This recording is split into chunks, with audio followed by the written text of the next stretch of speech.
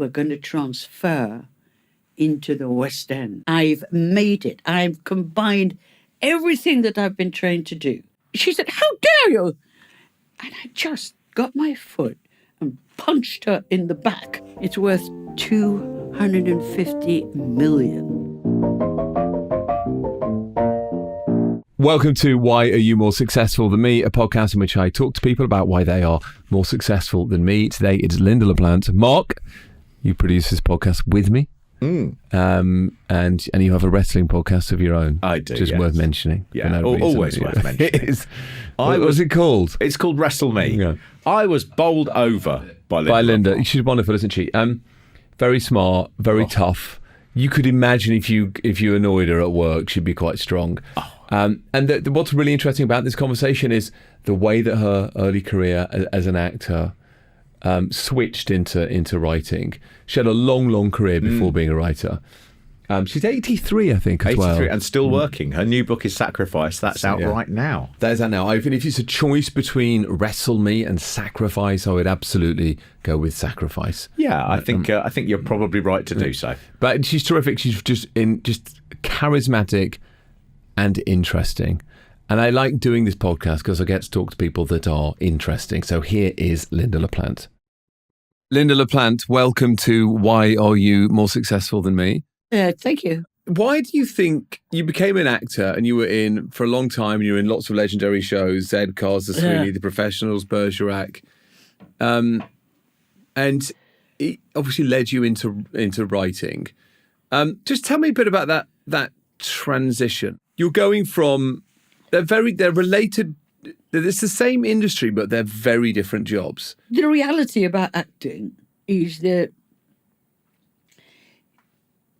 you have a very short span. Yeah. You know. As an actor, as a career. As an actor. Yeah. You know, your biggest hope is that when you come out of somewhere like the Royal Academy, you get an agent to spot you. But when I was there as a student, the important big end of term play, when all the agents came to see the new potential stars, it was imperative you got a decent part. Yeah, I see. Because it was one night, and in they came, and they could pluck off, and you'd be in a film. Yeah. One night of the year. It was just one night and there's a play and you're in it, and if they were good, the scouts come in. The scouts so come you in. needed Not a prominent only scouts, agents, film directors, producers, they're there to look at what's the talent. That must be a very high pressure moment then, if you're a young person and you want to start your career and you think that tonight's the night. Huge pressure. I mean, the day those cast lists go up. Of the role that you've got that means you might get noticed. Yeah, it's like manna from heaven. Jesus. Yeah. Am I Juliet? Yeah. Or Desdemona. And the thunder of the, running to find out. And I was Sister Teresa in a play called The Cradle Song. The Cradle Song? Yes. And she was 74 in the first act and aged 10 years with 8 lines. Remember any of them? That was like the cut to the throat. That was not... And I do not remember my intention. But so just to be clear, you're saying the parts go up on the wall, is that right? Yeah. You rush and see what you've got. You've only got 8 lines. So you're thinking, okay, I'm not going to get noticed when the agents come and the scouts come. Yeah, you're finished. You're finished. You haven't even started. You haven't got a hope. Nothing. Because that's it. You leave. That's it? That's it. I've never heard of this before. After 2 years of training, you are playing a 79-year-old nun with dementia for the second act with 4 lines. And it was like... How do you get dementia across in 4 lines? Very easily. Oh. Well, I truthfully didn't plan it. It happened. And I only had, in the first act, I was very well behaved. They gave me a little crochet set to play with. And I was in the little white habit. Oh, yeah, right, yeah. And they said, the doorbell clanged in this old abbey. And the actress playing Mother Superior said, Sister Teresa, would you see if there's the doctor at the door? It took me 5 minutes to get up. This I had never shown in rehearsal, that I was unable to walk. And I tottered out of that chair. They had nothing to say. Nobody could say anything. All the focus was on this nun reeling around the stage and going out to an applause. When I came back in to say it was the doctor, and the mother had to say, would you please let him in? It got a round of applause. And in the interval, the director was waiting in tears. She said, I have been a lecturer at RADA for 25 years, and I have never in my life seen a performance like that. You destroyed the play. And I said, wait till you see Act 2. But where did I get that brain from? So that was how you got noticed. Is that what, Yes. is that what you're saying? That you had a moment and you owned the stage and you took your time and you developed this old character and you got noticed. And did it work? I did get an agent because they were so fascinated to see what was beneath the makeup of the nun that destroyed this play. and it was a very good agent, too. But you just say, you come back, you said then, well, where did you get that from? It's very interesting to have such a small part, but to slightly subvert it so that you get noticed is basically what you've done at some level. I wasn't doing it to get noticed. Why were you doing it out of fury. Oh, right, okay. I thought, right, you have wasted 2 years of my life learning and never having an opportunity. I even went to the principal of RADA, whose daughter was cast as Juliet in Romeo and Juliet. Obviously. And I tapped on the door and he said, I wonder if I could understudy your daughter. And he said, you have to face certain facts. You're rather short, you're not very good looking, and you probably won't come into your own in the comedy world until your 40s. So I said, thank you very much. The principal of RADA said that? Principal.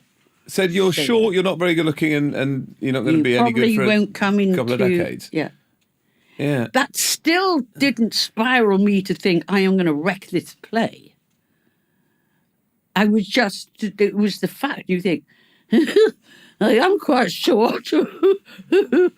I'm not very good looking. I'm playing a nun.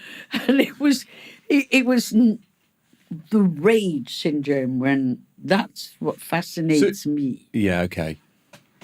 I That have I some did of that. it. I can see it. You Now know, you've explained it, I can understand it. But is- you are deliberately subverting it or Yeah. damaging it or trashing it or Yeah. making your point. Yeah. I'm going to make my point. Yeah. And you're going to be annoyed at me, but I'm going to make my point. And then as a consequence of making that point, you then get an agent and have an acting career. Yeah. Do you consider yourself, because you were in really iconic shows, do you consider yourself to have been a successful actress?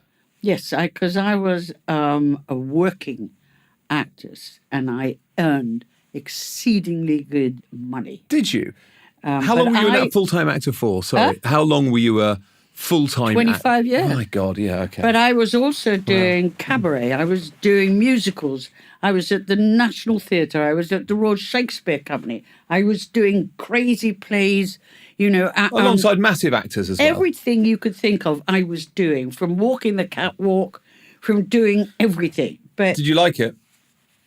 Yeah, when you're a working actress, you work for the money. I used to do so many commercials. Did you? That was the big money. Yeah. I was asked to do Calamity Jane in Sheffield.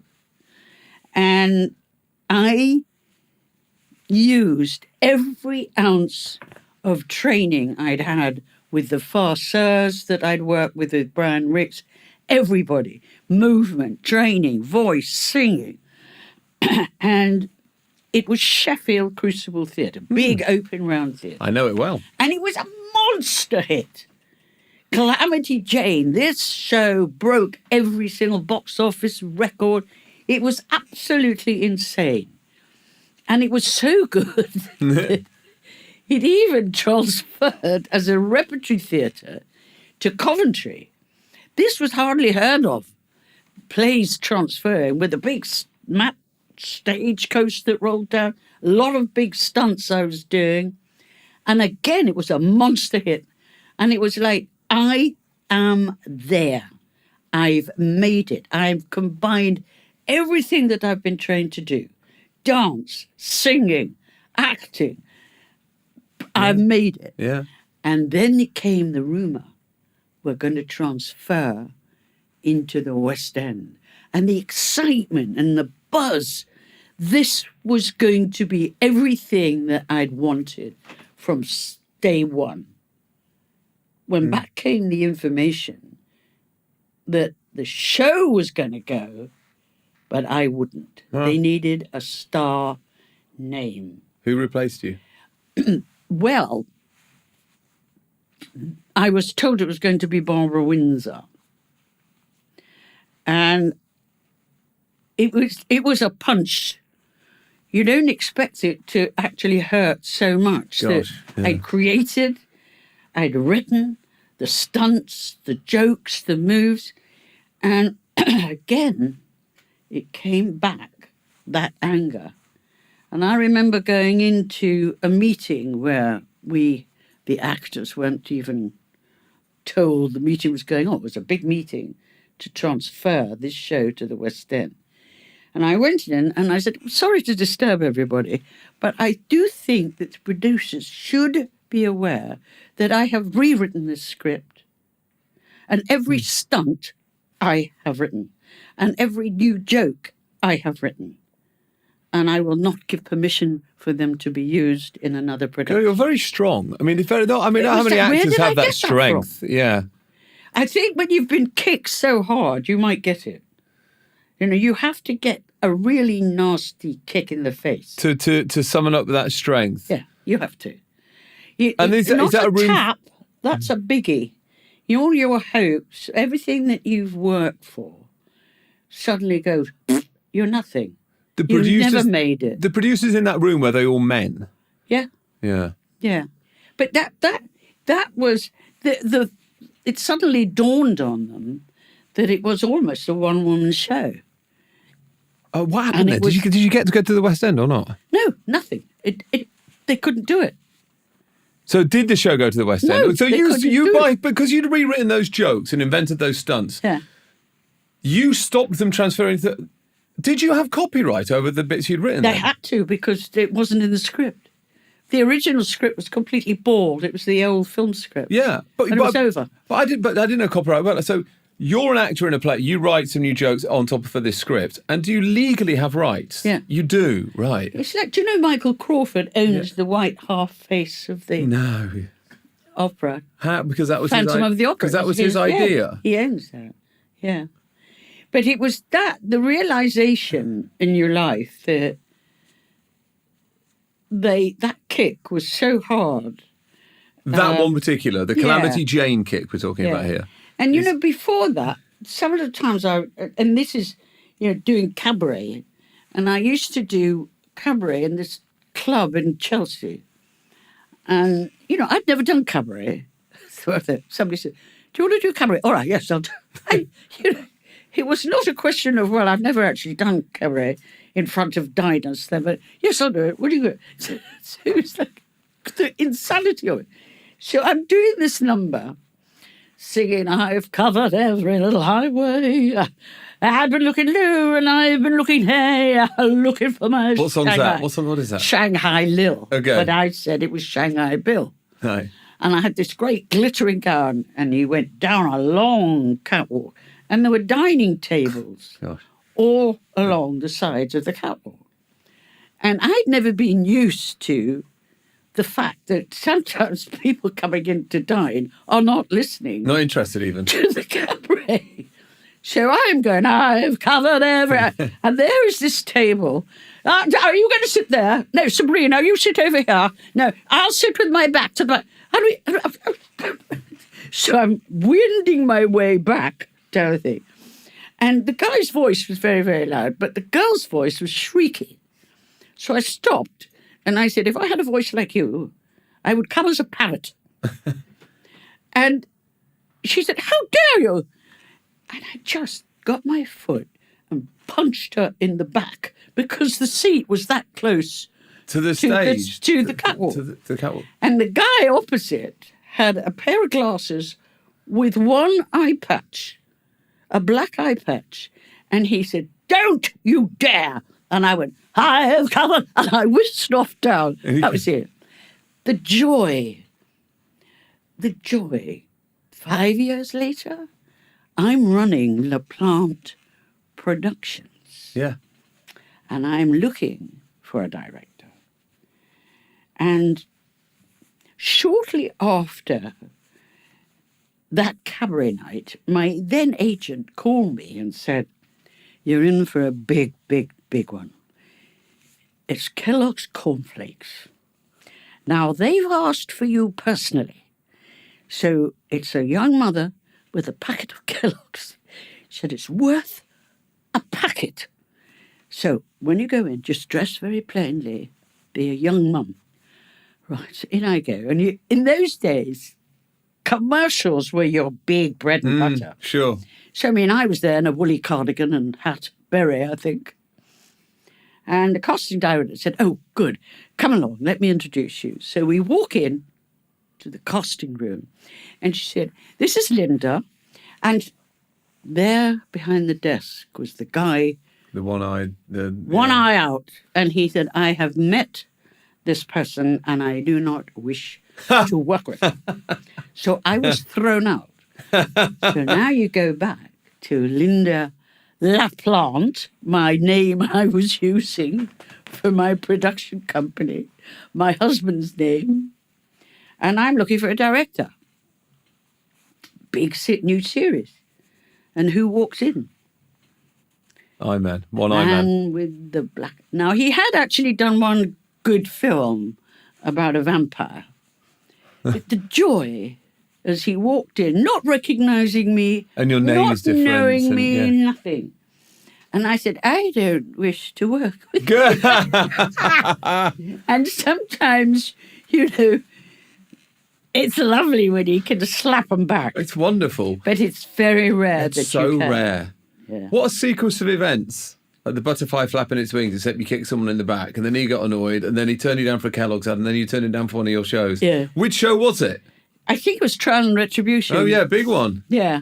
Oh, Yeah. that's wonderful. Yeah. But He even... must have been baffled. Like, that's... Oh, Lynda La Plante was that cabaret performer.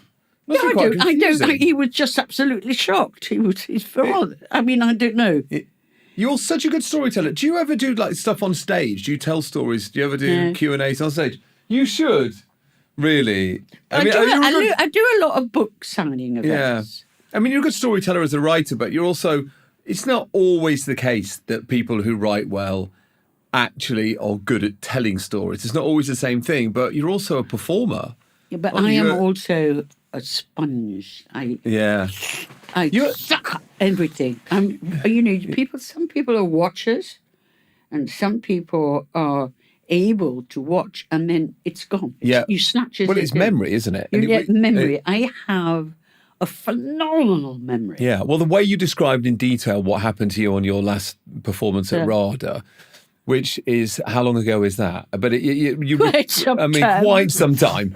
Do you mind if I ask how old you are now, Lynda? Nearly 83. There you go. But you recall it in such detail.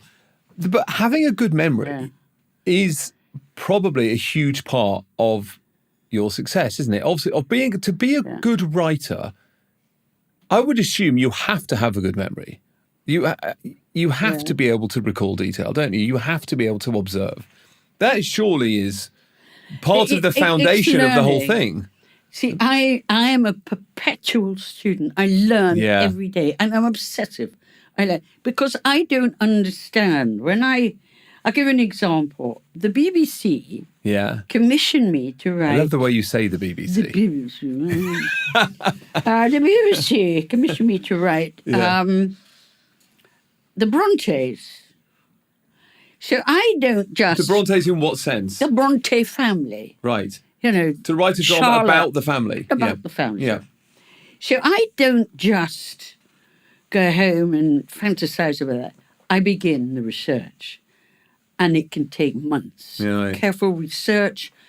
I mean, on and on and on. But I love the research.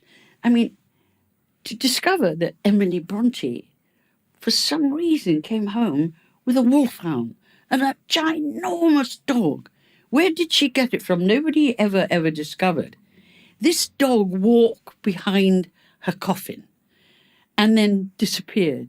That to me is a dramatic... She also had a very wild falcon that she was... So these wonderful anecdotes. Then I pick up a book written by a criminologist.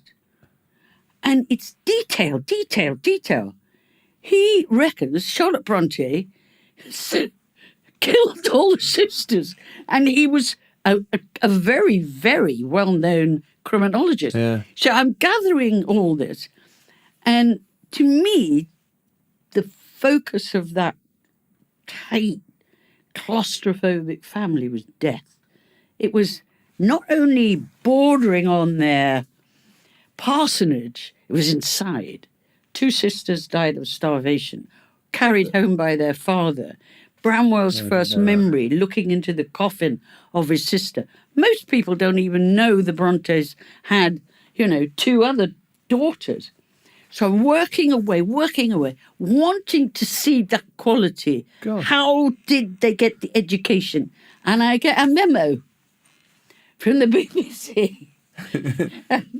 The exec producer comes round and he goes, well, I've read some of the notes. What we need at the BBC is, could you sex it up? And I said, I beg your pardon? You want me to sex up the Brontes? And he said, yes. And I said, good.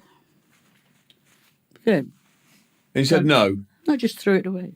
And how much work had you done at that point? I'd done months and months and months of God, work. the new Wuthering Heights has been sexed up. Have you seen that? No, I don't. I have no interest in that. I'm sure Emerald is wonderful, but I just, to me, and that's the difference between an awful lot of writers and why maybe I was successful in doing the crime, is because I research it. Let's talk about that. And by the way, I haven't really spoken much about your new book, which we will, which will be in the intro. But it'll be, we haven't done it yet. But that is Sacrifice. And it's the 9th and final installment of the Jack Warr series, and it's about a detective who's investigating a possible forged Basquiat.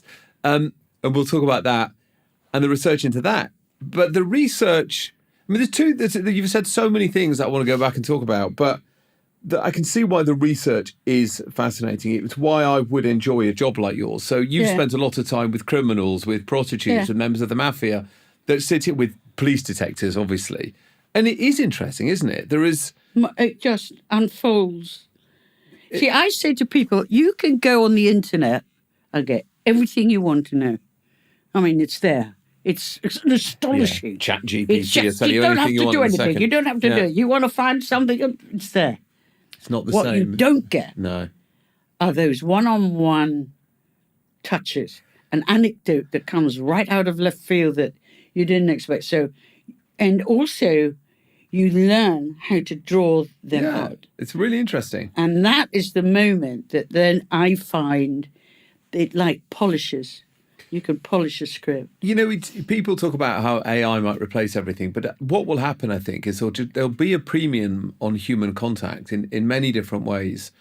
And communal experiences will become more valuable. But what you're describing is by sitting down with a human and talking to a human, you get something that you can't get from the internet. You can't even really get from a book. There's just something different. And often you get something out of them if you're good at it. If you're a good listener, you get something out of them that they weren't expecting to say, which obviously then gives you a unique angle as a writer. You get more than you could ever believe from what... And you think, oh, well, how do I get one-on-one to a prison? You just write and ask. How do I get one-on-one with a great scientist? Ask. I have never met a scientist who hasn't given me their time. absolutely. Because they want you to get it right. The Yeah. police want you to get it Of course. right. Criminals want you to get it right. Well, they want a bit of fame a lot of the time, don't they? Don't But mention my name, no. Don't mention my name. Well, you could just slip in a bit. And they go, they always want a little bit, just a little bit. But I had to learn fast to cover and use acting. With I want to talk about the overlap between acting and writing in a second. With writing a book or writing for television, the fundamental difference is with a book, you just write what you write. I'm going to write, it's up to me, right? And of course, you've got to send it to the editor, but essentially, you get to do it. Television is massively collaborative. Are they very, very different disciplines to write in a book? So writing Prime Suspect for television or writing your latest book, is it a completely different experience? Well, the biggest difference is if you're working for TV or film companies, Netflix, whatever, you have a retinue of people. I mean, I don't know where they find them or where they get them from, but they are usually completely inept idiots. But you have What's their jobs? When you say they're idiots, tell me, what kind of job do you mean? An exec producer. And you go, well, have you produced anything? No. Well, not yet, no. It goes on, and you get all this multitude of people who have to earn their 10 cents. Do you know what? Can I jump on that exec producing? Because I'm an exec producer on TV shows, but it's such a nebulous phrase. You know what a director does, you know what a writer does, you know what the head of lighting does. You can see in certain TV and films, there's just so many exec producer names comes up, one after the other. And one of those has probably done a shitload of work. And number 7 has probably invested $2,000 You can look or on something. Netflix, you can count up to 15 exec producers. But the one who's done all the work must be annoyed at the ones who are getting a credit. Well, they just pass it around. I know. And now pitching to the big networks is classic. You've got a couple that look like they're 18 years old, and they ask you the most inept questions. So the last session I did with Netflix. You were pitching to Netflix. To Netflix. Here in the UK? No, LA. Yeah. And, it was a very successful book, a trilogy. And she had pigtails, this girl. So before we've really got into discussing, she said, so how do you see this Lorraine character in series 5? And I said, well, you haven't commissioned series 1 yet, but series 5, she loses a leg. And you saw them going, and the person that was with said, it's time we left. So that was removed. You get series 5. Do you not get treated with respect then because you're Lynda La Plante? I mean, you're not. No, you're no. not. What is it? You No, don't? there's no respect. That's the There's other no thing. respect. They don't go, you've sold all these books and made these TV shows. No respect whatsoever. Really? No. Is that because you're a woman? No, I just think it's anybody. They You just don't think even respect. anyone, if... Maybe Steven Spielberg, if he walked in, he'd get a little Yeah. bit of... Christopher Nolan would they'd be all right with him, wouldn't they? But no. They wouldn't know him. Christopher Nolan, no. They wouldn't. Why is that then? If you've got such Because a they're long... so young and they're so ill-educated and they're so egocentrical and they're making so much money. Yeah. They don't have the time to look back and see. And if you ask them any history of, did you see this? Did you see that? No. And that's what you're up against. And it's no good complaining. That's the business as it is today. And it's over and over again. So when you're doing a play for television, a film for TV or whatever, a film for any of the big networks, you have slews of people that have got to chip in. I know. Now, with a novel, You haven't. it's yours. Yeah, You've got nobody chipping in, except at the end you have an editor. sure. But fundamentally, it's yours. It's your baby. Once it's in and it's yours, and you know there isn't somebody called Fiona Blanchett somewhere rewriting your work, it can't be done. It's yours, and it's going to go out as yours. Then come the banks of people that do, the cover and the blurb. Yeah. Um, But that's at the end. and But get me on things yeah. like this. Yeah. But that is because that's part of novels is that I enjoy is doing the events, the book signing. Yeah, I'm sure. So Jack Warr, the character in my new book, only came about. Sacrifice. Out now. Yeah. He only came about because at a book signing, this woman said, what happened to Harry Rawlins' illegitimate baby? And I said, I beg your pardon, because in truth I'd forgotten. He'd had it. And I said, I don't know. And it stuck in my head. Do you find it funny that a fan of your work can remember more detail about something you've written than yourself? And they're all amazing. So I got home and I thought, my God, Widows was so long ago. How old is that baby? He's got to be, my God, it's 30. Then it goes, bing, he could be a police officer. Yeah, great. Bingo. What fun. What fun off to do I that. go. Yeah. And what was one of the most wonderful parts of the first book of Jack Warr, called Buried, was his discovery of his blood father. And to discover his father was not only a notorious killer, but had been murdered by Dolly Rawlins. The shock to this young man's, he was a very kind of an innocent guy. And also, on seeing a photograph, he was the mirror image of his dad, of his father. It's so fun to create, though, isn't it? You know, that process that you just described of being at a book signing, and then, oh, well, we could do that. What about if we did that? Oh, hang on a minute, it could be that. And then that's joyful. But then you come to the damage area that you cannot foresee, you cannot believe it can happen. What do you mean? Sorry, I don't know what you mean. This is after that's written. Yeah. And I've pulled up Harry Rawlins, his discovery of who murdered him. Yeah. Is part of the first book. Yeah. And it's so successful. Everybody wants to make a TV series of it. Oh. Problem, Lynda. What is the problem? You don't own Harry Rawlins. Yeah. And you don't own Dolly Rawlins. Can't do it. Fucking hell. Because you've spoken about this before, which is the importance of selling the rights. Yeah, well, reading the small print of a contract. That's how I heard you describe it before. But with Jane Tennyson, and you don't the prime suspect, you don't own any of that, and that is, and actually, TV's getting worse at that. Increasingly, TV wants to own your. I work in unscripted TV. It's the same principle. You come up with an idea, and they want to own the IP.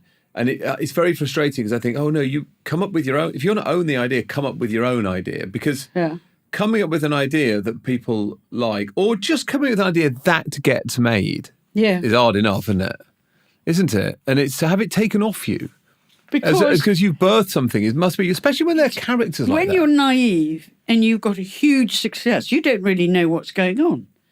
Nobody thought for a minute Widows was going to throw up everything in the air. Can I just say to people, nobody knew. Can I just remind people of that premise? It's such a good idea, which is, this is 4 women whose husbands were in prison for planning a bank robbery. They're dead, and the widows think, we'll go and do the robbery ourselves. Yeah. And this was, I think, a story that was told to you. You'd heard this story, hadn't you? No, I read it. You read it? I read it about a grandmother holding up a post office. That's so crazy. With a gun. Yeah. And I just went on from there. And she was carrying out her husband's... No, it was just that... Oh, it's just that? Small note of the risk she was taking, even more so as she knew the post office woman. I didn't realise that. Sorry, that's the spark of the idea, is that. You read that and you thought, okay. Yeah, but that Widows kick-started how, I got to work, because I was an actress. I just pitched that. I had no idea how to write. And it was like, now what do I do? When the Verity, wonderful, thank God for Verity Lambert, she was a genius. said, well, we'll commission episode 1. I didn't even know what the word commission meant. Wow. And I'm sitting there saying, no, thank you very much. Anyway, she said, how long do you think it'll take to bring episode 1 in? I said, well, the whole episode? Right, yes. I mean, and you've never written anything? no. I read that you'd been like in a part. You were at that point. You were on a pretty rubbish TV show, and you thought, I could probably do better than this. Oh yes, that was your motivation. I could write better than this rubbish I'm in now. It wasn't motivation. It was just. It was. How old can it be? It was. I think I would actually say it was a downward slide of a career. Then I was, appearing in a lot of crap. Yeah. And so, I just wrote this 1-page. But it's such a good idea that the 4 widows think we'll carry out the bank robbery ourselves. And it got made into a directed by Steve McQueen film, didn't it? Yeah, dreadful, but never mind. Was it dreadful? Well, I thought so. I wish he'd just stuck to the main plot. But did you consult him? Did you consult on it? No, they had nothing to, would not let me near it. What is wrong with people? I don't know. I just find it, that's the other thing that happens. I don't really get all that. That's the other thing. They broadcast they're doing Steve McQueen, who's won an Oscar. Wonder he's going to make Lynda La Plante's Widows. Does he contact me? He doesn't call you? Wowza. Because I didn't own it. But even so, if I was making somebody else's work, whether you owned it or not isn't interesting. What's interesting is you have hyper-focused this story and these characters, you know it inside out, and so to talk to you can only add to your understanding of the characters and the story. Maybe it's because people see themselves as such auteurs that they feel like I'm all right on my own. But it's to me that's very strange that he wouldn't contact you. I truthfully think the lineup of women he had in that film was absolutely extraordinary. Yeah, I remember the trailer. Remind me who was in it. It was unbelievable. Viola Davis. Yeah, there you go. But Cynthia Erivo was brilliant in it. Was she in it as well? He had a lineup of females, and they were delegated to only part of the script that he'd written. And the odd thing was, seeing it, I was asked to see it. And he goes, was he there? No. And it was like the guards outside the theatre for me to see it, in case of, I don't know what, but to look at it. And what did you think at the end? This was the baby. I mean, I was gobsmacked. Were you excited going in? Were you excited? I was just, how do you mess up something so badly? And then, they kept saying, what did you think? What did you say? What did you think? I said, it's a very big film. That was it. Is that what you said? It's a very big film. Were you not tempted? Because we've already learned today that you can be a very direct person, whether kicking somebody in the back or trashing a play at RADA. Why didn't you just say, I don't think it's very good? Because of the pressure. I can't tell you. I mean, Steve McQueen is quite a notoriously powerful man. But I waited. And then there was the second viewing in London. And he had 15 minutes. And could I see the movie and then meet at the Ivy? And I said, okay, yeah. So I watched this. The second time? For the second time. And, the women, it was to me tragic to throw away 4 fantastic actors they had in it. They were superb, shrinking their parts to nothing. And when I came out and went over to the Ivy, he was sitting there with the producer. And as I said, he's quite a big, powerful... Certainly imposing, intimidating. Very imposing man. What, serious is he? So, and he said, I'm going to just go to... I've got some edits to do, final edits are flying out, so have you anything to say? Wow. So I said, yes. You can't have that ending. He said, I beg your pardon. I said, you can't have that ending. You can't expect people to watch this movie all the way through And the main criminal, the woman played by Viola Davis, is sitting in a coffee bar crying. And you go, what was that about? I mean, what's that about? And he's going. So he said, well, I mean, it's impossible. There is no way. I said, just I said, if you cannot lift it, then you will fail. I said, you have to lift it. He said, and you suggest how? I said, well, if somebody sits at the table and she says, under the table is $1 million. I want a library in my dead son's name. So I said, she's up. She's done it. She's got it. And he went, and I said, the other thing is, there is no laugh anywhere in the film. And I said, you've got them immediately firing a gun, bullseye, bullseye. They're going to miss. They've never used guns before. And I'll never forget it. He got up. That's interesting. He got up. He said, I have to go to the loo. Walked to the loo, came back.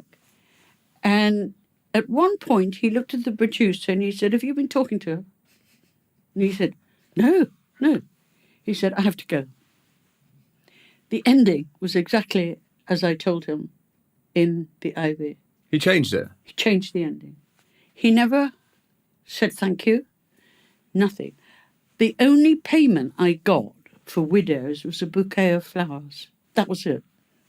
And this is why I'm so adamant about to writers saying contracts, check, get a lawyer, do not sign any single contract before a lawyer said, this is what you're going to lose. You're going to lose all your characters.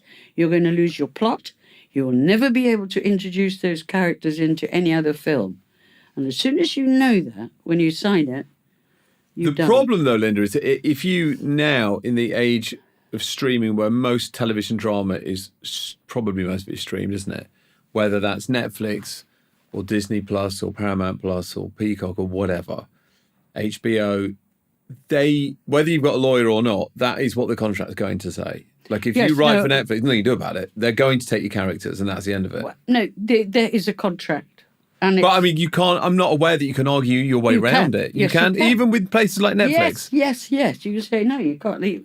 If a lawyer goes round the roundabout with them, they can't just move in and say, right, we've bought everything. You have to agree to it, to every single character, and then sign. So a lawyer will say. But the other thing too is a young writer who might have had an inch of success is now approached by one of the biggies. Yeah.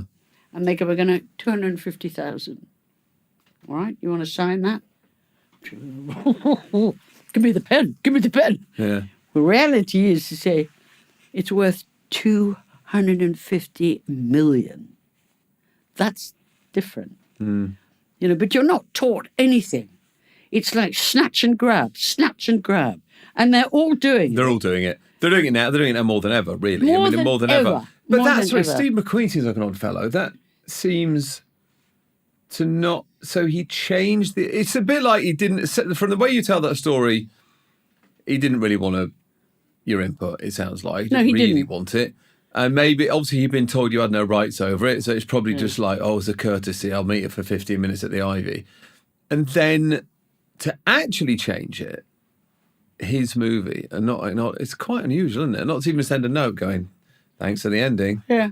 Well, thanks for the $1 million ending. Thanks for the bouquet of flowers.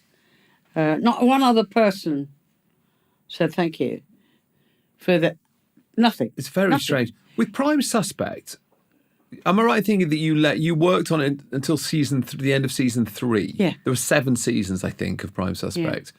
Came out in 91, I want to say, something like that. Is it 1991? Why did you leave after 3 seasons of such an enormous hit? Because they started saying they wanted her to be pregnant at one point. And they wanted, it was going to be 2 hours, then it was 3 hours, then it was going to be... They kept changing them, and I said, no, you don't write the plots. I write those. Don't tell me what her character does. And I said, to even infer alcoholism is completely destroying the iconic character that we've already built up. She is an iconic first time. And I had plotted that she became a commander. You saw her rise right up to the top. And so all the writers that they had were exceedingly good, but I just walked. Because to tell me how to write it when I'd created it was like, it's again, you keep getting these punches.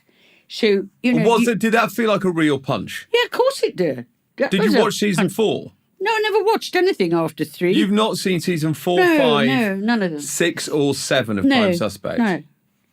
I think they've got a good reputation, haven't they? They're very well written, but they're not my character. So you just literally can't watch them? Yes. No, I can't. Why waste my time? Because I was so angry. And after that, that's when the dawning came. Until I have control, yes, I can be thrown out, used, misused, overwritten, whatever. And so that was when I opened my production company. Do you think that, this thing about Let's Make Her Alcoholic, at that time, I think Cracker was on television around the same time, wasn't it? And that was the sort of tortured, alcoholic, troubled, but brilliant detective. Was there a feeling of competition with shows like that? Do you think that they were looking at those? Do you think the other writers were like, oh, we need to become more like that? No, I think everybody was sneaking up on Jane Tennyson. You suddenly had a slew of female detectives. They were everywhere. You couldn't make a move before somebody was a blonde detective. But they were all making the fatal error of making them too young. The killer thing with Jane Tennyson was her age. It's also why she'll be good at her job. Yes. It's quite hard to be good at that job when you're 26. The ranks. There was no way 21, 22-year-olds could gain her high rank. And also, she had a prototype to work beside. We had great women advising, and they were all high-ranking. And, Helen actually says some of the notes that I gave her and the policewoman gave her were incredibly valid. I mean, my note to her was, don't smile. Gosh. She says, I am Detective Jenny Gold. Why are you smiling? You don't smile. Wow. Keep your smile out. Your arm, don't fold your arm. Small things to keep that direction. How much better were you at that job because you'd been an actor for 25 years? I think probably 50 times better than most. It's so interesting. Yeah. And that's why casting was so wonderful. But you were involved in that because you understood. Yeah. You understood the job. Because I didn't want to play any of the parts. I didn't want to be an actress anymore. Why not? Why did you never... have you never been in a show that you've written? No. But you are a performer. I mean, sitting here today, you're a performer. Yeah, but no, it's too much. There was literally, to cast it was a joy. Yeah. Because I could tell immediately, and the stars I made were, so many Give us some stars. examples of young actors that got a break on... Paul Bettany. Really? Yeah. Paul Bettany came in, tall, lanky, and first off he says, I've got dyslexia. I said, well, so have I, so we're equal. So what's the problem? And I said, why don't I go out in the other room? I'll read it with you, then you come back in to read the pages. There was something about him, and I really, really liked him. Yeah. And he came back in and he'd really upped it. But that meant I had to rewrite the part because it was completely wrong. He was supposed to be a big rugby player, so I'll rewrite it. Sorry, but you are dyslexic. Yeah. And anyway, the rushes came in and I thought, I'm right. He's so good. Brilliant. And at the same time, a film producer called Norma Heyman was looking for the lead in a movie called Gangster 1. And she said, I can't find anybody. I've got Malcolm McDowell. No, I can't find the young. And I said, listen, I've got an actor that I rate. Why don't I get my editor to splice footage to show you? She said, oh, darling. They're all darling. So off it went. And reality was, Paul Bettany starred in Gangster One Great. very successfully. And at one of the premieres, Paul Bettany was there before the film changed. And I was there. And he got onto the stage in my opinion. He said, there is one person that I would really, really like to thank for my career. I was half out of the seat when he said Norma Heyman. And I went, what? And that's, you know, those tapes I sent to her. It's like things actors have no notion, even though I was one for so many years, you don't know the risk in taking an unknown straight out of drama school and putting them into a very strong part. Because you say, well, what risks? Well, money. Yeah. It costs a lot. And It if you doesn't get work. an actor that freezes and can't move and can't do the lines, and you've got a whole crew, big event. Have you had a show that's failed because an actor wasn't good enough? No, never. Okay. Because I cast it. Yeah, because you know. But I'll tell you something, I've made so many stars, but I think probably Helen Mirren is the only one that writes a note to say thank you. You know, none of them. It's interesting. None of them. None of them. You know, with the point you're making there about Helen's character, Jane Tennyson, is being older in Yeah. success. I mean, I see you that way. All those years as an actor, all that experience, Yeah. both in terms of what you're looking for, but it must have taught you a lot about story and structure and Yeah. and producing. That all of that has gone into getting you to become a writer later in your career. Yeah. That you didn't start there. That it comes from all the years of doing all those jobs. Yeah. Yeah. When you think of Prime Suspect, obviously you've written Trial and Retribution, Commanders, many shows, but what is it about that show in particular, or dare I say shows like that just work? Why does a really good police procedural with the right lead character, they're perennials, aren't they? When you get them right, they're big shows. Why do you think they work? But One Widows, nobody had ever seen East End women, Yeah. really. They were all sort of, you know, a bit ridiculous. Yeah. In came Dolly Rawlins, the real McCoy. That voice, the way she dressed, everything about her. And suddenly people saying, wow, look at this woman. Ah, they were frightened of her. And then the peripheral women, absolutely, you saw the power of her. So it was real. In came Jane Tennyson, and the same thing happened. She's real. They'd never seen anybody before like that. They'd never actually seen a woman so dominant, so able to take the knocks, and it was real. And that's the extraordinary thing is that the peripheral people on the world of TV and film don't know anything. They live in a kind of vacuum. And one time, a very heavy-duty criminal, I said to the director of Widows, would you like to meet a very important person that actually did the hijack? Oh, yes. Oh. So they were all agog. And I said, just be, you know, affable with him. He's nice. But remember that he is somebody quite dangerous. Good. Oh, darling, he'll be all right. Oh, this is good. And his name was Terry. And he had hair down to here. And he'd also had a new face bill. And he had a leather coat with a fur collar. So I said, are you going to do this? You talk to them? He said, yeah, I'll talk to them. I said, okay.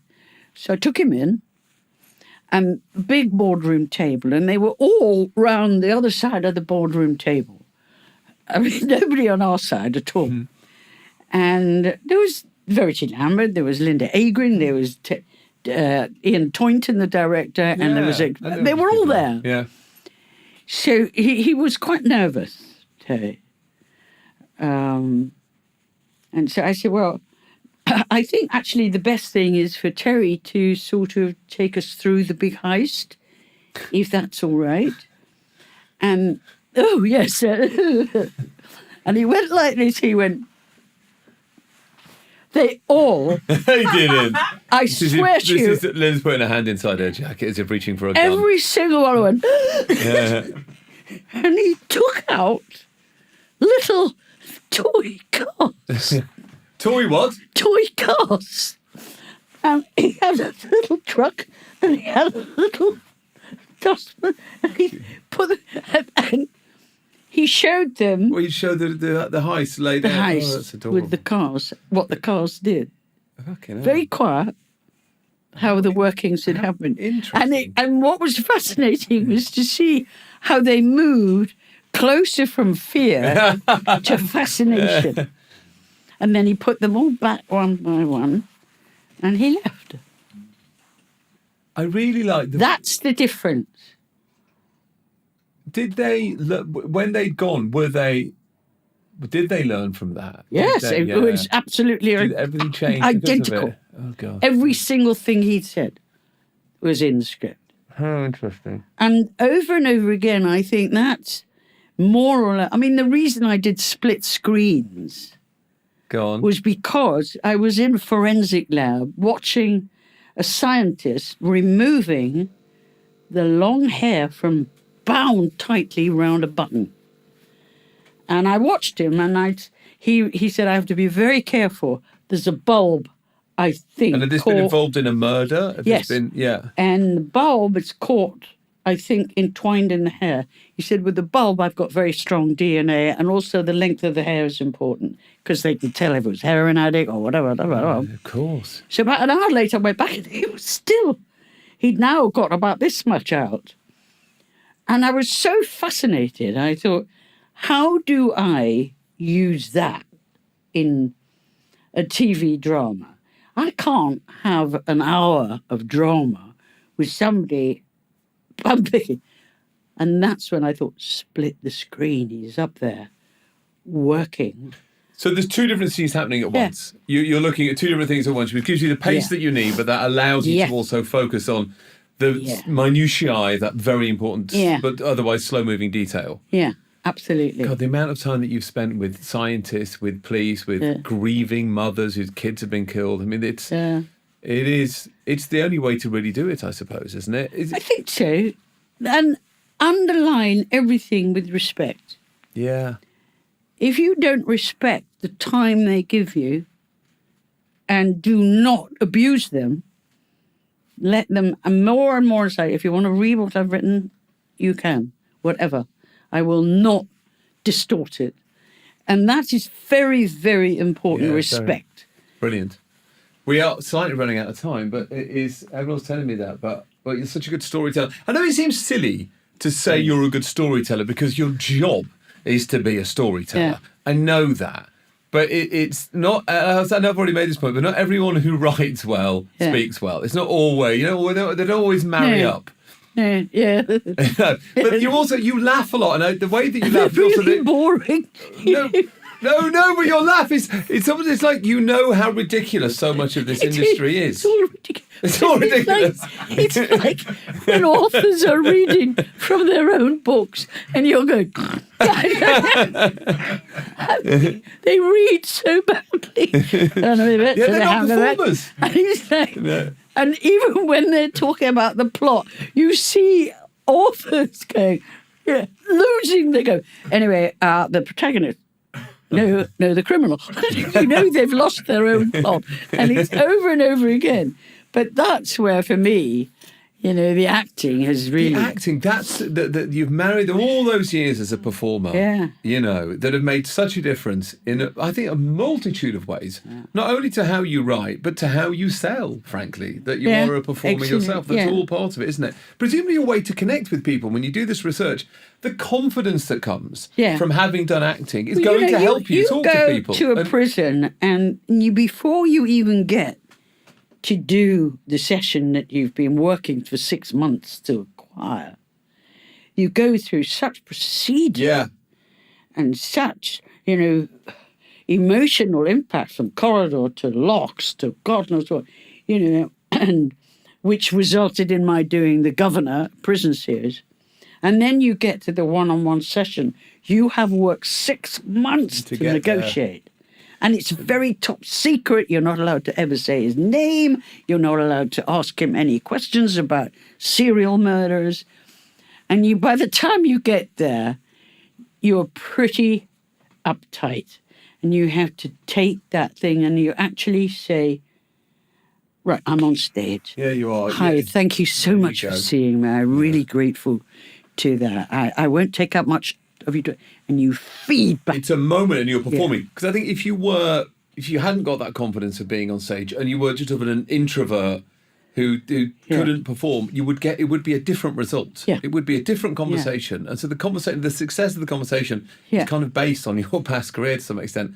My daughter, who's 11, or no, she's 12, she, one of them, a name will come to me, but she talks about wanting to be an actor at the moment, and she wants to have drama lessons, and we're getting her drama lessons. But I do think don't become an actor because it's hard. I mean, I think one of the reasons you're successful is if you've done 25 years as an actor, so much of it is you have a job, then you got to find the next job, and then the next job, then the next job, and you do that for 25 years of always looking for another job. It's going to give you an incredible work ethic, and I think with drama, the reality of being an actress, I think, is probably very difficult for most people, but the foundation of learning it, I think, is useful in so many walks of life. Because you get rejection. Yeah. You know, I used to have a huge sign, rejection does not mean no. Right. Because most actors are rejected 50% of their careers unless they do that jump straight from drama school into movies. Like, the two from my days at RADA were John Hurt and Ian McShane. Oh, wowza. Great. Both of them. Yeah. And they were the only two out of, probably 4,000? Whatever happened to the RADA principal's daughter who played Juliet? Nothing. I don't think she ever... But I tell you, the principal of RADA, I was at Liverpool Repertory with Anthony Hopkins. Oh, yeah. Wowza. And I was playing Lucretia, the most beautiful woman in the world, in a Goldoni play with a massive golden gown. And the doorman knocked on my dressing door and he said, there's somebody to come and see you. He said, his name is John Fernald. Does that mean anything? Principal of RADA. Oh. I said, oh, yeah. Please show him in. And he came in and he went, oh, my darling girl, what a wonderful performance. Yeah. The F word came out. From you? What did you say? What did you actually, in what context did you say fuck? What did you say? Fuck off? Yes.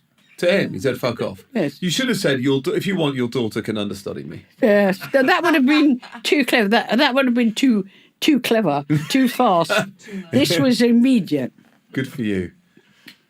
And I threw him out. And I thought the danger of doing that to somebody at that age, at 17, to say, you're never going to get anywhere. You're squat, plain looking. He said all that. He said, you're short, plain looking, and you can't understudy my daughter. And so he came to see you. But you won't come into your own till you're 40. Yeah. But also, he was also, by coming backstage when you've had a good night like that, people like him are probably trying to claim some of your glory. A bit like, you were at RADA and I was the principal. Yeah. Whereas in actual fact, he didn't help you at all. Hence why he told him to fuck off. Well, there aren't many people like you, Lynda. Thank you very much. I mean, it's an amazing... You are just a wonderful performer with this incredible recall. And I think that is in examining success, I really do believe this, that to have a powerful memory has to be Yeah. at the core of everything you do. That's acting and writing, isn't it? It's right there to understand people, to pick up on detail, to empathise, to tell a story. So thank you so much. My Sacrifice pleasure. is out now. You should go out and buy it and read it. And Lynda La Plante, The Last Hour is precisely why you are more successful than me. Thank you. Thank you. That was Lynda La Plante. Terrific. To be 83 and to be as in control of your career, your life, your health as Lynda La Plante is, what a dream. Yeah, we all worry that around that age that things start to go south with your mental faculties, and that's just not true even remotely with her, is it? No, you've got to Keep going. Is that kind of job where you can just keep doing the work? Yeah. To have a job you can just keep doing and do well at 83 is dream. quite something, isn't it? All right, Lynda La Plante's new podcast, Wrestle Me, is out now. No, sorry. Sacrifice the book. Don't bother with that wrestling thing. Do bother.